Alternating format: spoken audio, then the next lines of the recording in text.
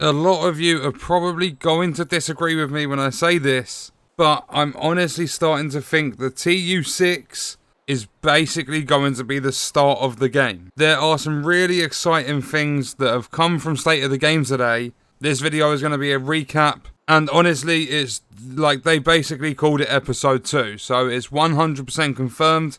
TU6 is episode 2. They're both rolling into the game at the same time.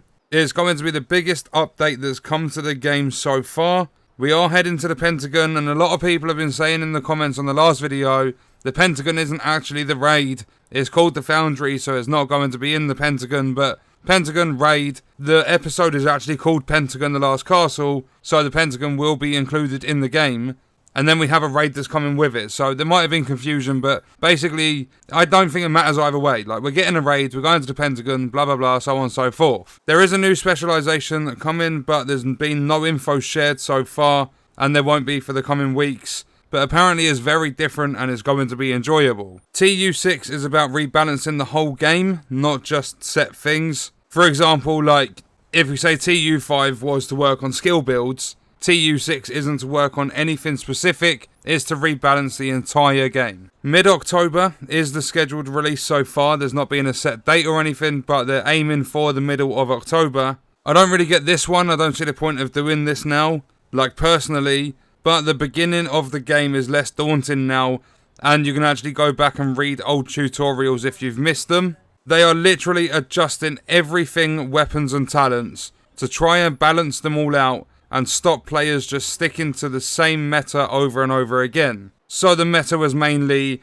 the P416 and the Nemesis, or the Eagle Bearer, or a Seeker Mine. There was very limited builds that people were using, so the entire idea of them rebalancing everything is to make more builds viable. I don't know if it's going to work. I can't tell you right now if this update is going to be worth you coming back to the game. But this is what the developers are saying, so if they do execute it properly, if it's pulled off, then more things will be viable. They showed some graphs on the screen to show that they've balanced all the weapons to deal sustained damage over time, so there are no longer going to be weapons that are drastically overpowered. As an example, the M60 before TU6, so currently in the game, after 150 seconds, so 2.5 minutes, that is dealing 130k damage, whereas I don't know, let's use the M249, that might have only reached 95,000. So what they've done is worked on balancing the guns so that every single gun reaches 130k damage or thereabouts after 2.5 minutes. Exotics have also been balanced, and they'll now be powerful if you play to their talents instead of just using them for their raw damage output. So you might see some lower numbers in terms of their damage, but if you use the guns how they're supposed to be used, like you actually play for using the talents, they will all be powerful. One of the biggest mentions was obviously the Pestilence. That's probably been the weakest out of every exotic. So they're going to do changes to make sure that they are all powerful within their own right when you use their talents, instead of just trying to use them for damage. Some of the named gear pieces that are coming into the game, there's like 35 or something like that. That's a rough number. Some of them are going to be exclusive to the Dark Zone. So again, some people might feel as though we're being forced and pushed into playing the Dark Zone. This was really interesting to hear. There's finally some, there's depth and explanation as to how this works. It's been a big complaint for a long time. It's never actually been a problem in the game. It's just there's always been confusion around the topic. That is the gear score on your items. For an example, someone gets 2 identical items. One's a 500, one's a 490 gear score. Sometimes the 490 is more powerful or looks more powerful than the 500. Basically, to put it in a nutshell and explain it the best I possibly can, the gear score reflects the entire piece of gear. So you can find a 490 that's more powerful, but it will be on a certain attribute, because all the others and the gear piece altogether are worth less in total. The KSG shotgun is going to be a 12-shot pump shotgun. They did say they want to implement new guns and stuff on a regular basis, so I don't know what that means.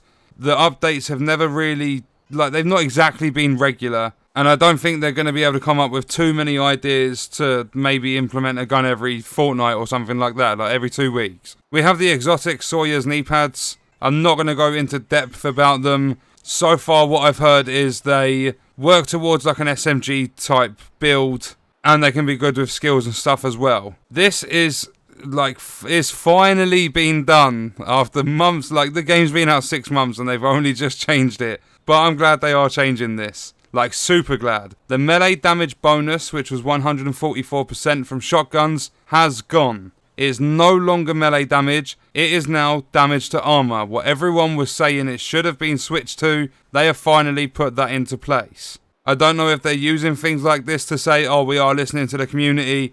Then all of a sudden, they just do everything that shows they're not listening.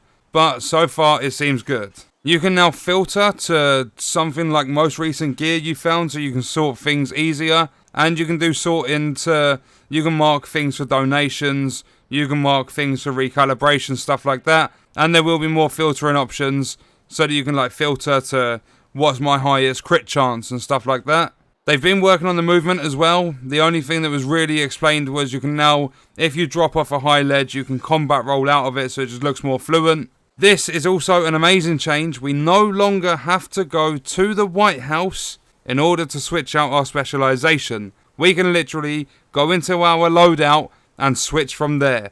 I'm so glad they've done that, because I probably wasted an hour or two, accumulated over the time I played this game, wasted an hour or two, going, like, literally just fast traveling back to the White House to switch out my specialization. So I'm so glad they have put that into the game. They've doubled the loadout slots. We used to have 6, we now have 12. Hip fire is going to force you to walk. You can no longer stand still when you're hip firing.